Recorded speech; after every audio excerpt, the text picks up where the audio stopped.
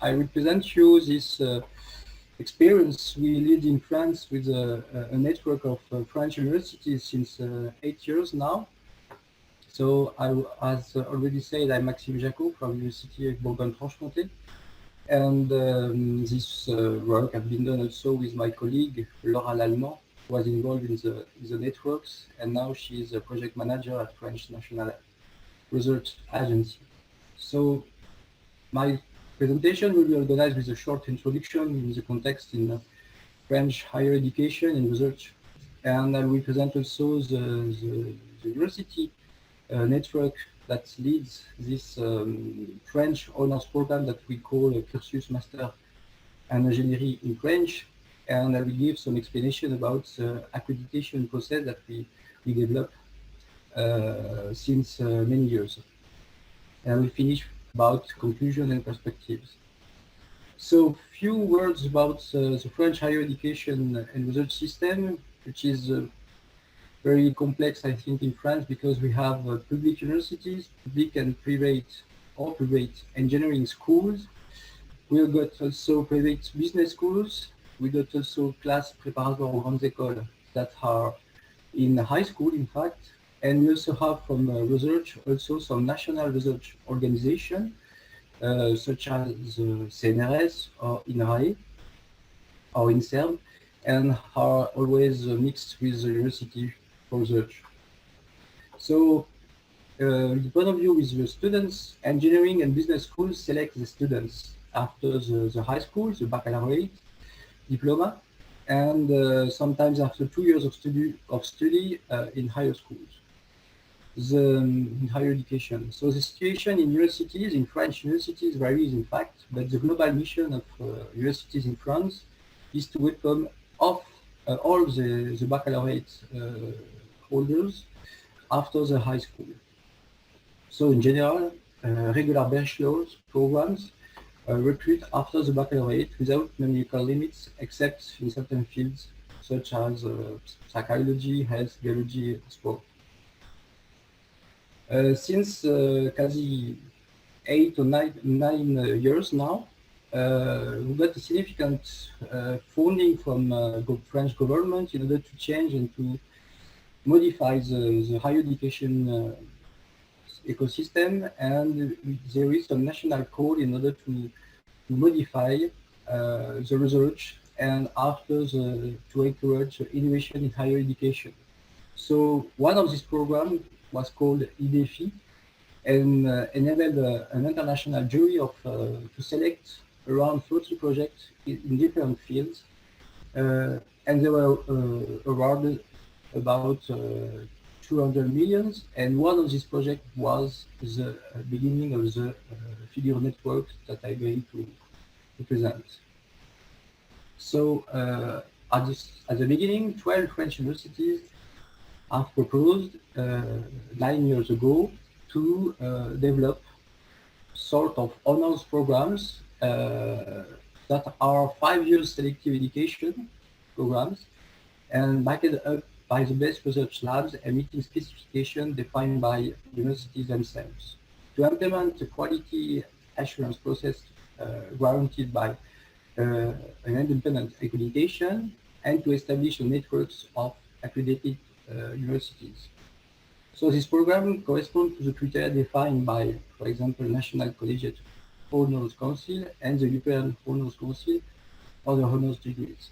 So, since in addition to a closer research connection and selection of limited number of students, it is based on existing bachelor's and master's degrees with a referencement in terms of lectures and activities, and they are validated by modules and credits in the European system credits. So the originality compared with the situation encountered in many universities having honors program lies in 3 facts. So students are selected just after the high school, and we got an external accreditation, and the accredited universities become members of the networks, offering opportunities to exchanges and joint actions. So now in 2021, the networks is about 30 French universities and one abroad in Lebanon. It is Saint Joseph University in Beirut. And all these programs are supported by research labs. There are around 200. And now we can count over all these universities more than 100 honors programs, CMI programs, and they cover around training domains. So the fields of these programs can concern biotechnologies, also it is in French, but you can understand a little bit. You got chemistry, you got standard engineering field, but also humanities, because you get, for example, tourism, patrimony, publishing, geography, and so on, and territories. So this is all the domain that we can propose in the honors program here.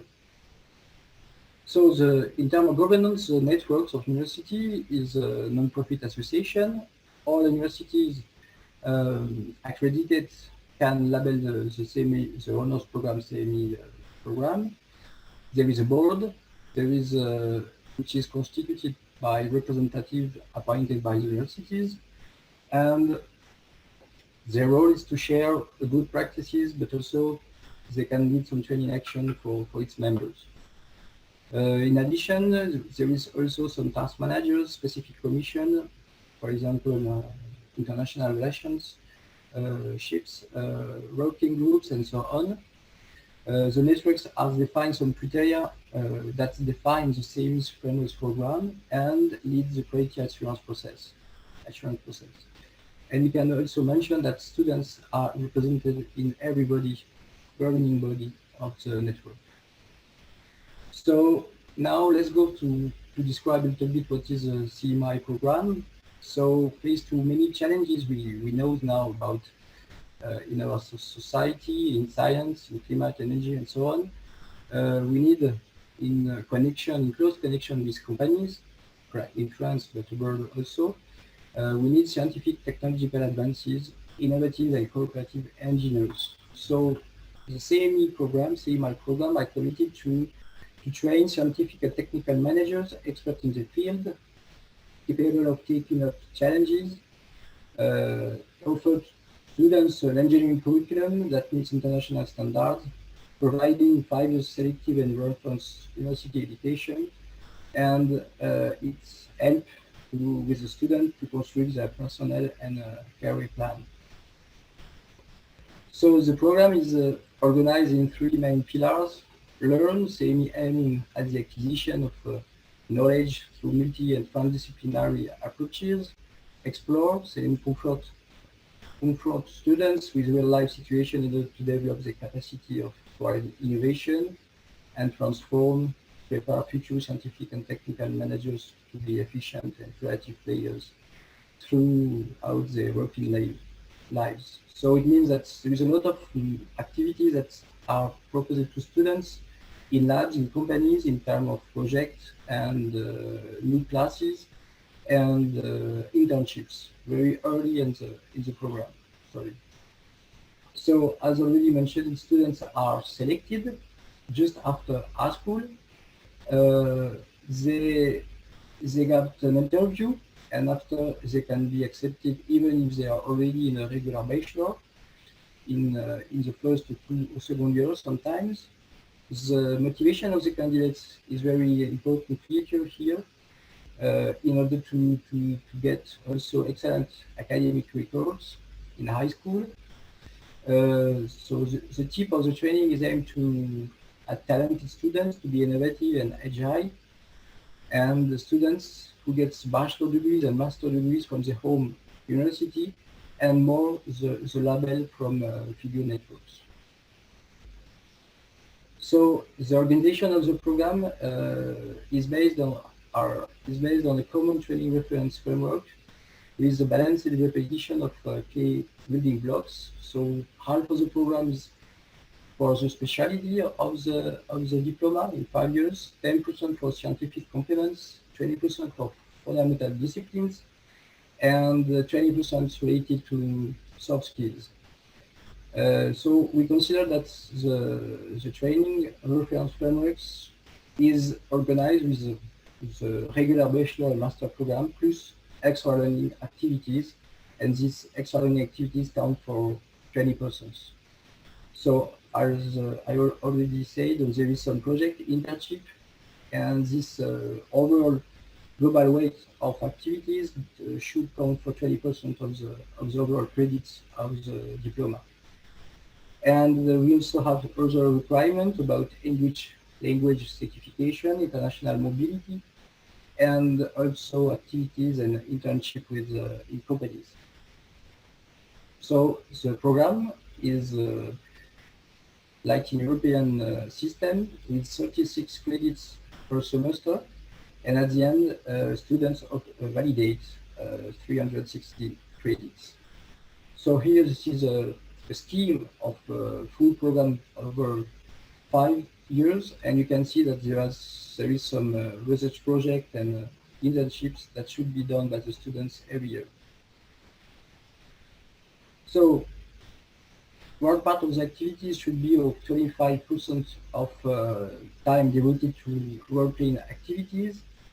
The research training connection means that we are limited per promotions. It means that we are an average of 15 students and maximum of 30 in function of the capacitance of the diploma and the program. And the strong connection with the research explains that after the graduation, we can count now 40% of the students who are going to do a PhD after the CMI program and graduation. So there is also a connection from the students association. So there is a CMI student association for each universities, and at national level there is a Federation of Students Association, and it is in mirror in terms of organization and governance with figure networks. So there is also now, since 2 years, an alumni association in order to create a link with the graduate students. In terms of accreditation process, an important feature here is the implementation of an accreditation process according to the European standard and guidelines for quality assurance. So we have, since version of 2016-20, reference evaluation framework, including 4 domains: how we build the program, the resources of the program, the management of the CMI program, and the quality assurance process. Each of them are divided in fields leading to different criteria, and linked, for example, with NIA in order to get EURACE accreditation. So here you get a scheme, so how we organize the accreditation for a new program. So there is an independent accreditation committee made up of academic, industrial, and students experts, and they are responsible for taking the final decision for the accreditation for a CMI program. And they base the decision on a report done by a visiting committee with external experts who proceed from the application files and declaration of intents given by the applicants, the university applicants. So you can see that all the process around 1 year in order to be accredited for the first time. So the quality of the CMI curricula is evidenced by a benchmark that gives the program's self-assessment process and the evaluation through external expert committees. This institution-led approach aims to highlight the strength point to be preserved at the point to be improved by formulating proposals in the form of an action plan. This proposal strengthens the dialogue with the expert committees, taking into account the real context of the program. So the accreditation, and after the re-accreditation, can be granted for 5 years, and there is a follow-up visit after 2 years, and possibly 2 years accreditation when there is important recommendation given by the accreditation committee. There is also an API process that has been set up. So in terms of recognition, the CMI program have been submitted to the national agency responsible to the evaluation of programs. So since now 1 year, we are compliant and labeled for 5 years by this National Council for the Evaluation in higher education in France. And the networks are asked to ASIN to agency, a German agency, to carry out evaluation of CMI with EURACE accreditation, and the first program has been labeled with Bordeaux, Franche-Comté University, and Sorbonne University. So here you can see the growth and development of the universities members since 2012, the training domains already mentioned, and the program accredited since 9 years now, and they are around 100. So few figures here about the students in this program. 42% are women, 50% of the first year students hold a baccalaureate diploma with the highest grades in France, good, very good. And 70% of success rates in the first year of CMI bachelor degree. It is less than 30% for regular program.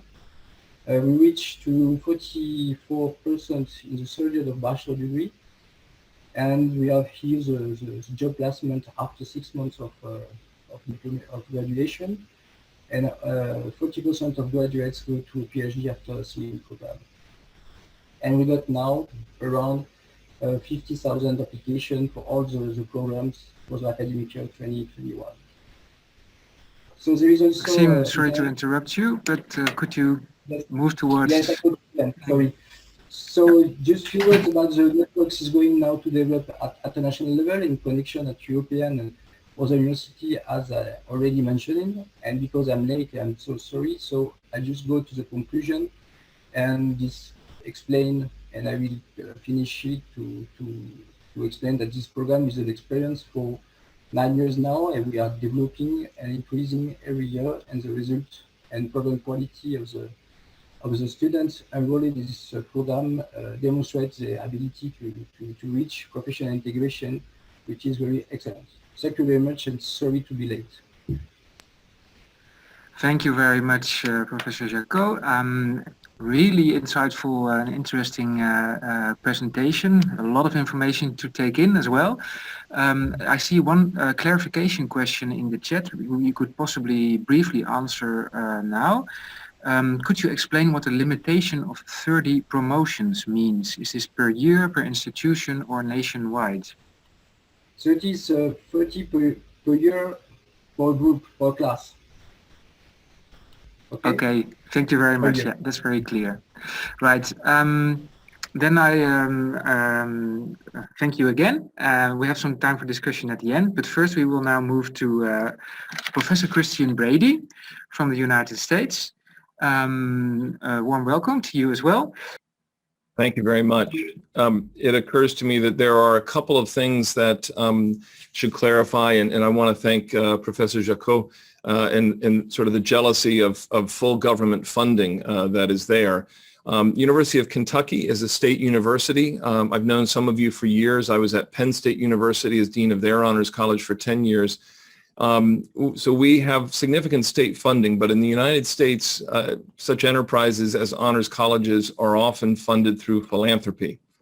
So today I wanted to briefly sketch out how we built an honors college from scratch. And this phrase "from scratch" in English comes from, in my mind anyway, from baking. So if you want to bake a cake, you could go to a store and buy a box and add water and an egg, and there you go. But from scratch means you have the flour, the sugar, and all the different ingredients. So at the University of Kentucky, all the ingredients were here, but it needed to be built up and put together to grow from there. The first step, as I said, in the American context is often the philanthropy. And on the left is a screenshot of the news article where Mr. Tom Lewis, and a graduate and alumnus of the University of Kentucky, gave a gift of $23.5 million in order to endow this college. Now, Mr. Lewis is particularly unique in my philanthropic experience because he had gone and done all sorts of research on honors colleges, looking at Arizona State University, looking at the Schreyer Honors College at Penn State. And he came to the university with the idea of endowing and creating an honors college.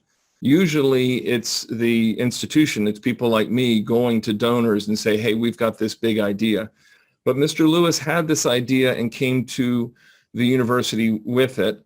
I was then invited as Dean of Penn State's Honors College to be on a planning committee and board, and then I was recruited to become the Dean of the college.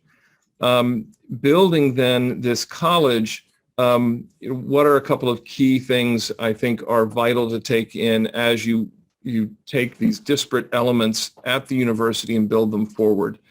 Well, first and foremost, you have to have a clear mission and vision of the Honors College, and that needs to be deeply integrated into the university, particularly off the distinctiveness of the given university. I should add, because Mr. Lewis came with the idea, not all academics on our campus were thrilled. They felt that this was somewhat of an intrusion. So much of my job has been the political working of engagement with my colleagues across campus, and I'll speak to that in a minute. So with the faculty, the students, and of course the donor, I created the mission, and that was one of the first things to do. And so the mission of the Lewis Honors College is to better the Commonwealth of Kentucky, that's our state, and the world by helping students explore their purpose, develop intellectually, and lead with integrity. So I view a mission as what it is we're doing day to day for our students. And it has those three elements: purpose, intellect, integrity. And then the vision is the longer term. And the donor really helped direct and shape the vision. Not something everybody's comfortable with, but Tom, Mr. Lewis, has great vision for the university. The Lewis Honors College will provide a world-class honors experience that is known for the success of its students, the quality of its faculty and curriculum, the respect of its peers, and the economic and social progress of our communities. So what you see there is a particularly American challenge that we have of engaging with our donors, and in particular, there are metrics. We have to begin showing how we are, for example, impacting the economy of Kentucky. And I should say, we took in our first students in 2017. So our first seniors will be, our first group will be seniors their last year this coming year. We created this, just a quick overview of our organizational chart of what we built into the college. Again, this was really fortunate because of the nature of the gift. We were able to just dive straight in. We, of course, have an academic dean coming from the ranks of faculty, a chief of staff who helps manage our staff members. There are only 3 staff members for this college, which is frankly pretty lean. An associate dean of academic affairs who comes from one of the other colleges on campus. Currently, it's a professor of engineering and agricultural engineering. And starting in January, our next associate dean, that's a common rotation, but actually will be coming from the field of English and film studies. On the academic side of the house, in addition to the hundreds of faculty on campus across every college and discipline, engineering, agriculture, business, arts and sciences, we have 10 honors lecturers. I'll come to the curriculum there. And then an additional 2 honors lecturers that Mr. Lewis endowed positions, one in organizational behavior, really about positive psychology, helping students get the most out of their lives and be healthy about it. And a second endowed lecturer position in entrepreneurship. And then finally, we have 5 academic advisors. So these are 5 individuals who help our honors students make their way through the honors curriculum. And again, this is in addition to the academic advisors that all the students have within their academic units and homes. And then we have the usual, we have a budget officer, a director of communications, a director of philanthropy. The donor, as often is the case with these sorts of gifts, has set a goal for us. So he gave us $23.5 million. We need to raise another $27 million. We have a director of the Center for Personal Development and 5 career counselors. I'll give you more detail on that in a moment. And then a director of recruitment and admissions. We have a separate admissions process for honors and a director of college life. And I'll speak on college life in a second. So there are sort of 3 cores in our particular college. The honors foundation of academic coursework is pretty common in the American setup, and Professor Jacquot referenced the National Collegiate Honors Council. I think most of you are familiar with the way in which in the American system, with students in every different academic discipline in college, we try to integrate our coursework. So there's only one specific course that our students must take, which is the Honors Foundation Seminar. And that is an epistemological course. So it is freshman year, everybody has to take it. Honors courses are no bigger than 25 students. And it needs to, in that course is about what is knowledge and truth and how do we know it. In the American context today, having this mutual understanding of what truth looks like from various perspectives is extremely important. And so this is a chance, and our 10 lecturers who teach that course, there's where the honors lectures come in. They come from all sorts of backgrounds. We have someone with an engineering background, philosophy, history, the arts, writing. Then these are the others, the students can find these credits in various ways. So I won't belabor it here, but everything is capped off with the honors thesis. That will be in the major and the discipline of the student. So an honors student in chemistry will do their honors thesis in chemistry, even though there are other honors credits, which is a part of the life of the Lewis Honors College, could be in all sorts of other areas. Their thesis is there. So I often will describe it like a pyramid. We have this broad base with the foundation course, what is truth and knowledge? And by the time they get to their senior year, they're taking honors courses in their discipline and they're doing their thesis in their major in that discipline.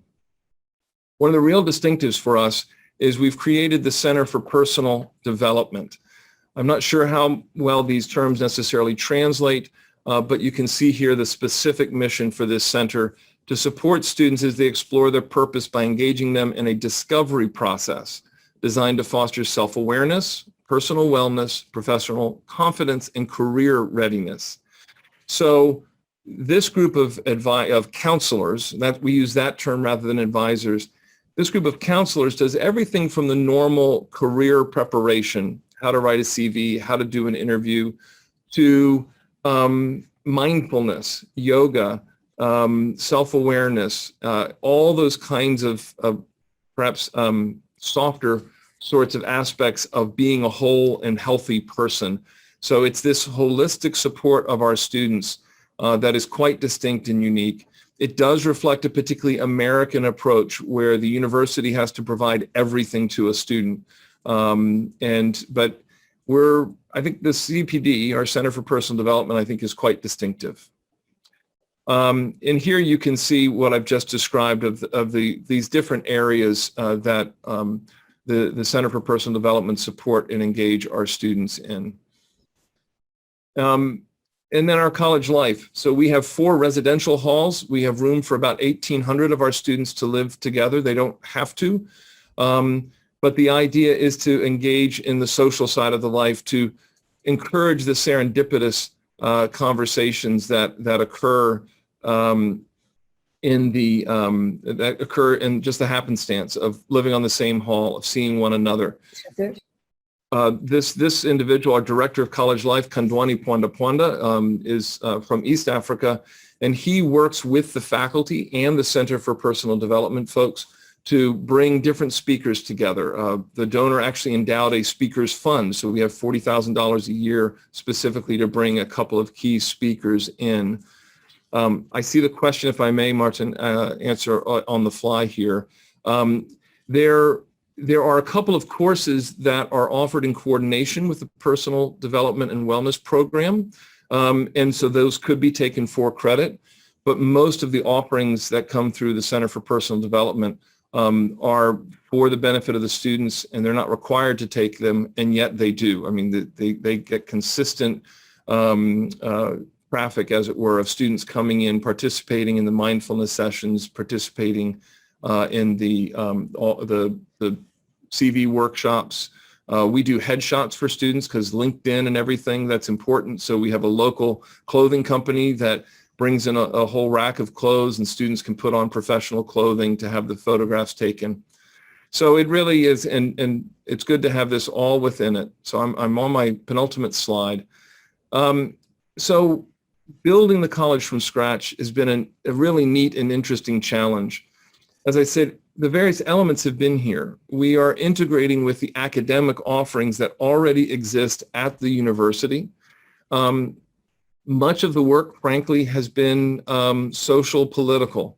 I'm actually now, as of last September, I'm the interim dean of the College of Arts and Sciences. It's the largest college on campus. And it kind of works out well because the vast majority of our honor students are in the College of Arts and Sciences.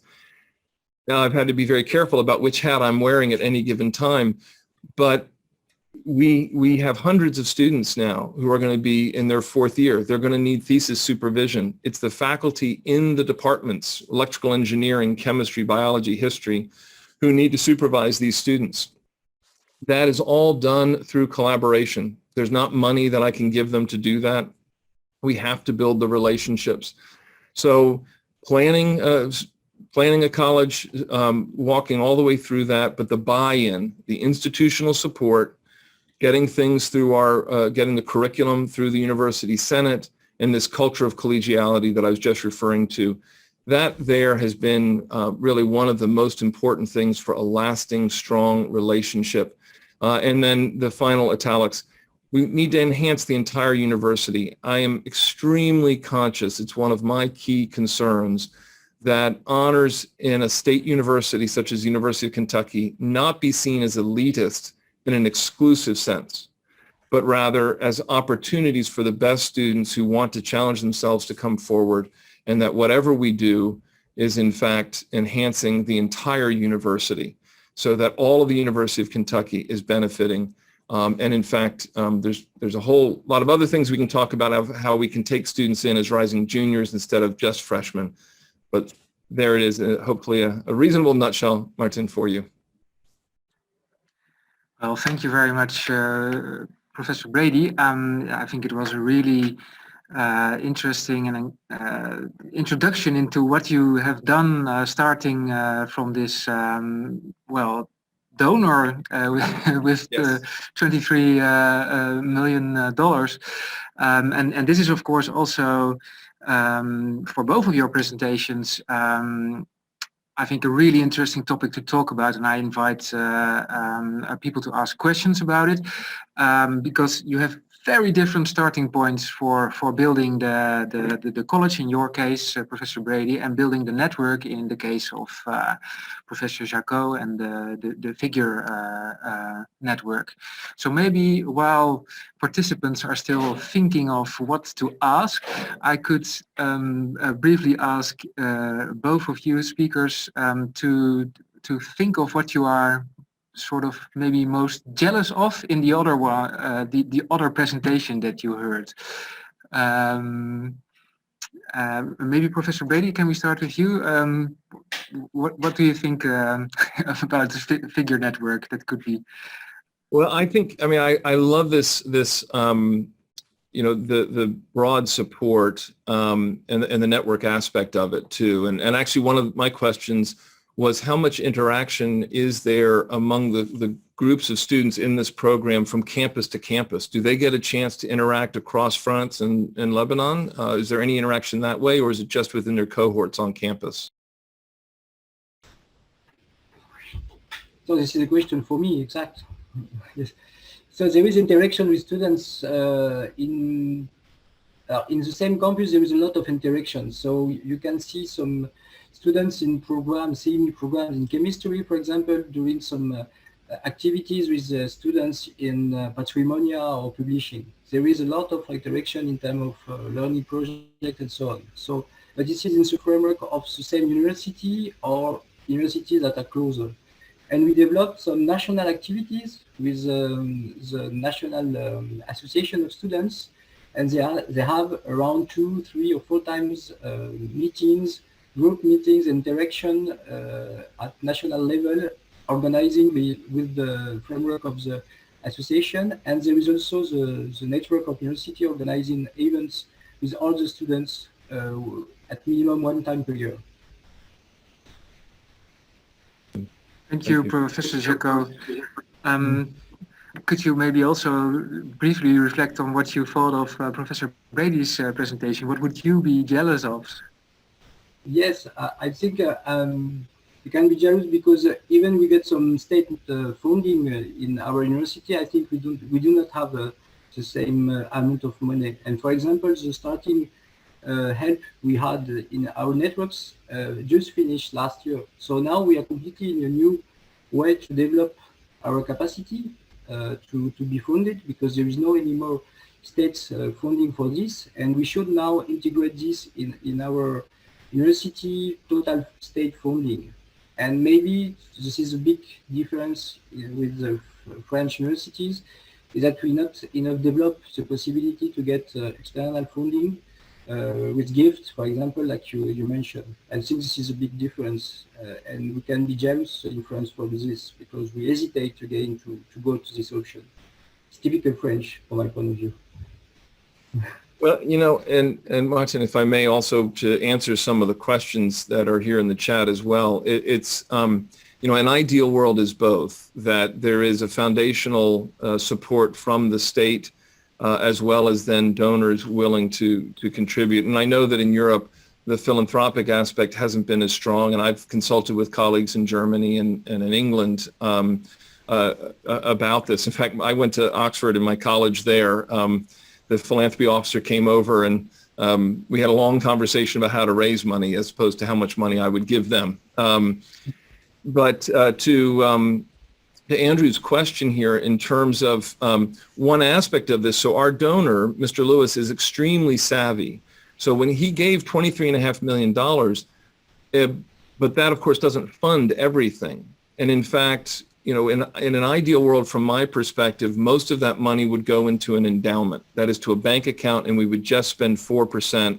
So we're guaranteed a certain amount of money.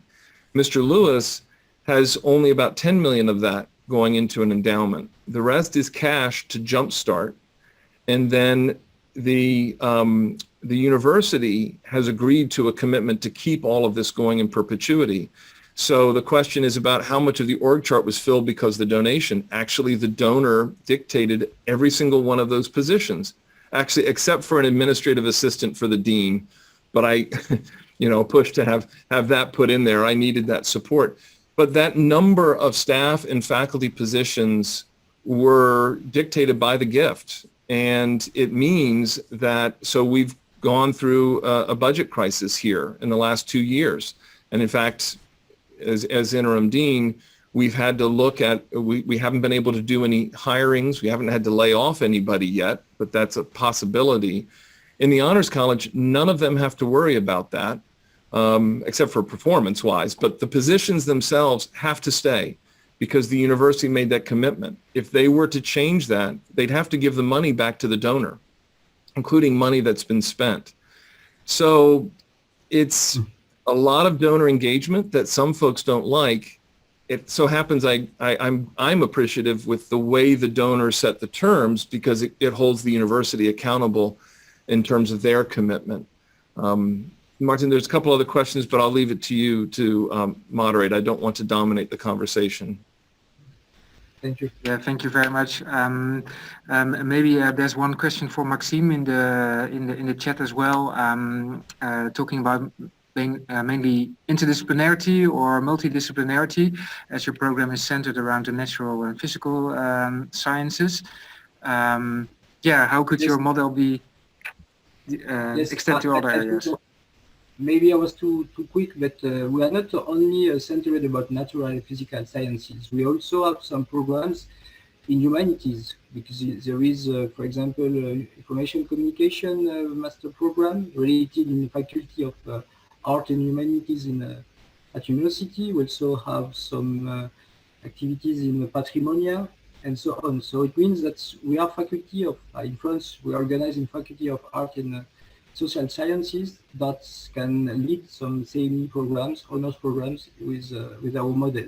It's very recent, but we start with natural science, but now we are completely open and we expand this to humanities for sure. I tried to do a short answer. Excellent. Yeah. So, may I take a couple of quick responses? May I? Yes, please. Marka, it's good to see you, and asking why to leave. I'll just quickly say it's such a unique opportunity to build on experiences. You know, when you get promoted in things, it's usually go on to something new, something different. And this was such a rare opportunity to take a dozen years worth of honors experience and learning from folks like you and bring all that here. And so that's been very fun. And then Dr. Schmidt points to the real challenge. Why would the regular faculty and the rest of the university engage themselves in honors college activities and supervision? And that's really what, that's the political, social work to have to do. And it always comes back to the fact that these are their students. That's what I really emphasize. So some of our departments like biology already have what they call their scholars program.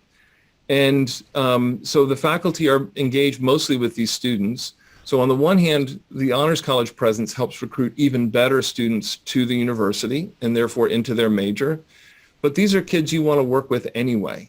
And now what the Honors College does is help to bring some funds to support those students. They will get some research funds from the college that they can apply for, travel grant funds. And so we try and make this a best of all worlds opportunity, try and show the faculty in the chairs the benefits that are there. From a philanthropic perspective, I talk with all the deans about the fact that because honor students are in their college, if I raise a scholarship for an honor student in engineering, that benefits the College of Engineering and so on. So it's constantly trying to help everybody realize that this is a rare win-win situation. We're not taking resources away from anybody. Rather, we're bringing new resources in and opportunities for students. Thank you very much. Yes, I think we're already approaching the end of this highly interesting session, and I'm really glad that we recorded it because it is full of information. I think the session has shown that no matter what the context and sort of starting point of building honors in different forms is, there are social and political challenges to be faced, but you have provided us with great examples of how to actually overcome these challenges and build a successful program or college. And I hope a lot of us in the audience can learn from your experiences.